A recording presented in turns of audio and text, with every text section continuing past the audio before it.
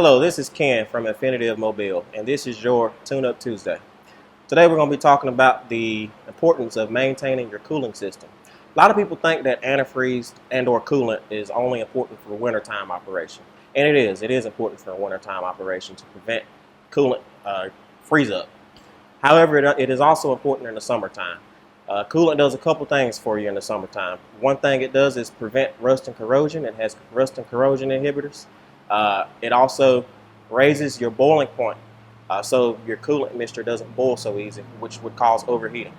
And also, coolant also can develop electrolysis if it's not maintained properly, which is the coolant mixture developing some voltage, and that causes pitting of aluminum. It causes leaks to develop, and also rust and corrosion.